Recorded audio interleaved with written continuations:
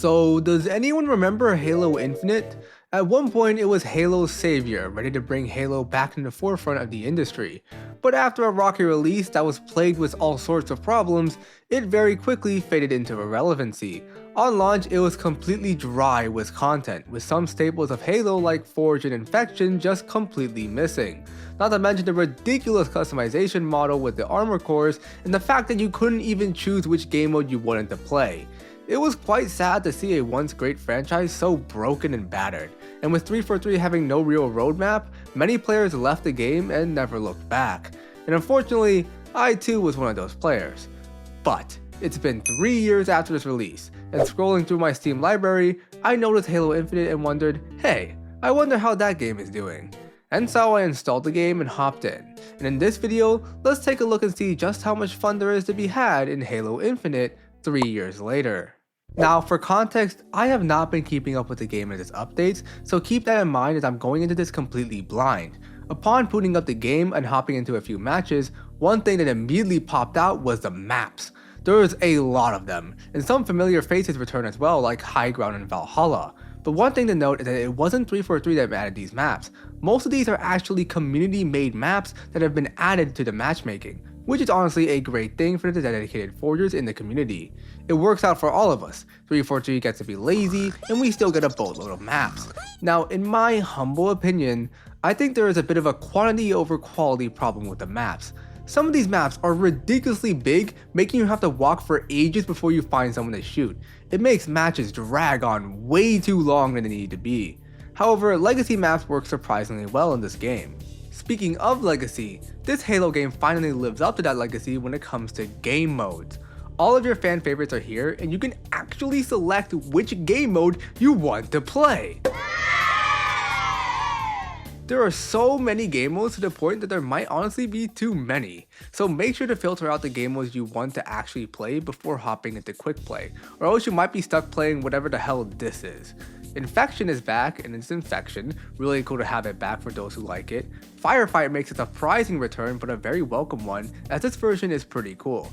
It's round based this time and features a King of the Hill style game mode. And it's just classic Halo with your friends. It's an absolute blast, and of course you have multiple difficulties ranging from normal all the way to legendary if you so choose. There are a few other things still missing, most notably Griffball, but other than that, it's all here. So when it comes to game modes, this game has got you covered. My favorite game mode was the Squad Battles, which is classic 8v8 on remade maps from older Halo titles. It was so cool seeing some of these older great maps make a return in Infinite, so shout out to the forgers who made it happen. But okay, what you really want to hear is this: how does it play? And the answer is, it plays exactly how you remember it at launch. Now, depending on who you are, this is either a good thing or a bad thing. If you loved Halo Infinite's gameplay at launch, then you would have no problem hopping right back in and having a blast. But if you're expecting big changes, then I'm sorry to say there aren't very many. From what I could see, we've only gotten 2 new weapons, the DMR and this thing called the Avenger, which is more or less the SMG from previous titles. They've also added some new equipment, but aside from that, not too much has changed, which I find kind of odd. This is supposed to be a live service game, which means the game should be ever evolving, but coming back, it just kind of feels like the same. Don't get me wrong, at its core, Halo Infinite is a fine game, the gunplay feels tight and the weapon balancing is alright for the most part, but a part of me feels like this game is still the foundation for something greater. There's nothing about this game that really hooks me. Everything is just kind of solid, but not great. Occasionally, I will get that game that has that great Halo feel. It has the same level of fun engaging gunfights mixed with the chaos that comes with a sandbox. But those matches are few and far between, and every other game just kind of feels alright. And honestly, I got bored of the game pretty quickly.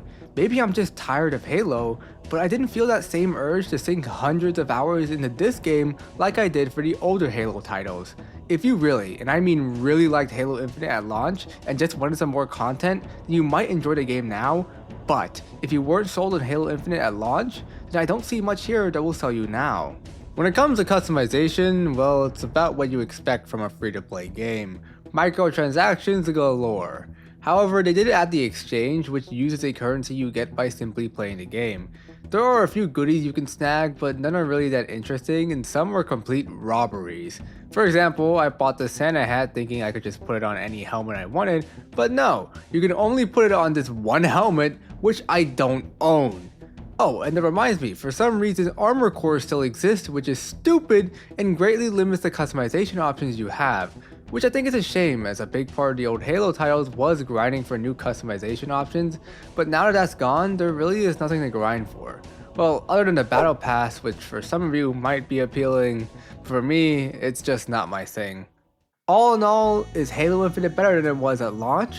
Yes, 100%. Is it fun? Yeah, sometimes.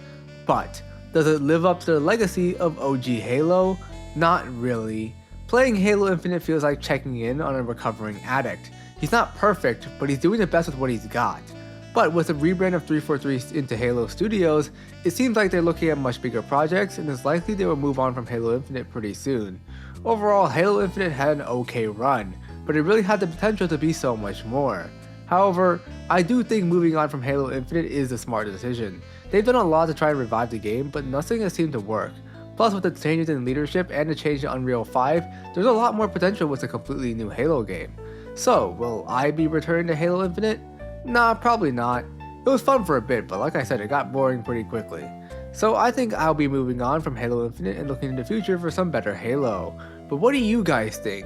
Is Halo Infinite a good game, or is it still not worth your time?